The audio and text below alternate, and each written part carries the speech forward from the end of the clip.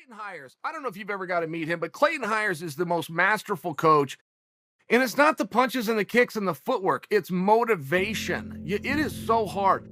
And the guys that I know that I really look up to, and let me tell you the story from this standpoint. Do you know where the black belt or the brown belt, do you know where that came from? Okay, so all belts, and this will make perfect sense to you. You'll love this. All belts were white. They were made out of cotton. They were all white. But over time, whoever worked the hardest and was there the most and sweat on it and whatnot, his belt would get darker.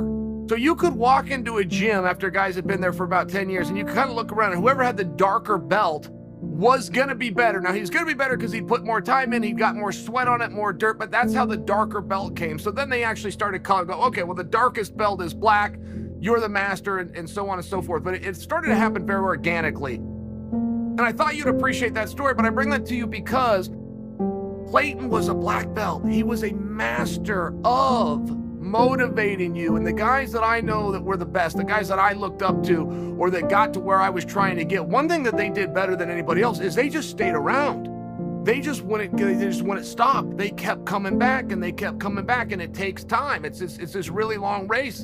And one of the great ways to get to the top is to just not stop because of so many they drop out.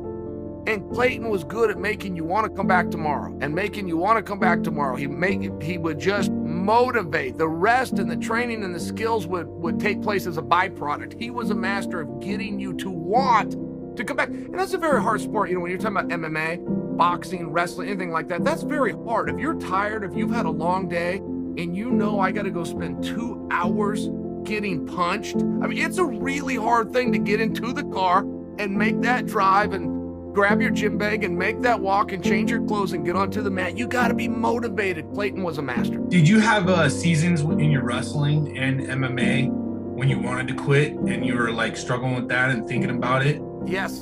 Oh, yes. The first time I quit MMA, I was 24 and I was in Japan and I had done a fight in Pancrase.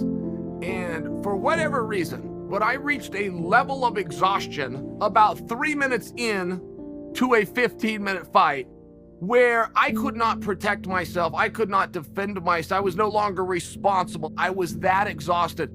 And Chris Lieben was cornering me.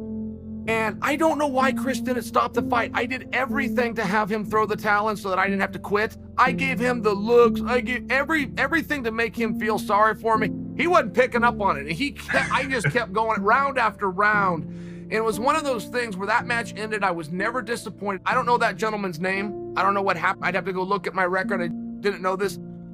Walked into the hallway. I was perfectly calm. I remember sitting down in the hallway away from everybody else, and I was completely at peace because I knew I was done. I am never going to do this again. And I can't remember what brought me back around. I cannot recall if I just went into practice or what it was. But yes, you know, I've quit those sports many times. I just heard a funny story. It was Phil Davis was telling it. He fought in Bellator a couple weeks ago.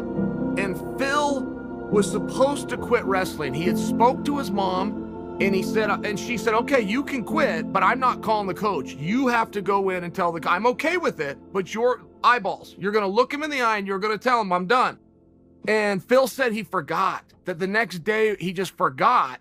And, you know, 15 years later, he's an NCAA champion, had a Bellator championship match, you know, 10 days ago. He said he quit, but he forgot to quit. And I thought, you know what? People are going to think you're trying to make this story funny, but I get it. I can relate to that, man. I was free and clear, but I forgot on Monday.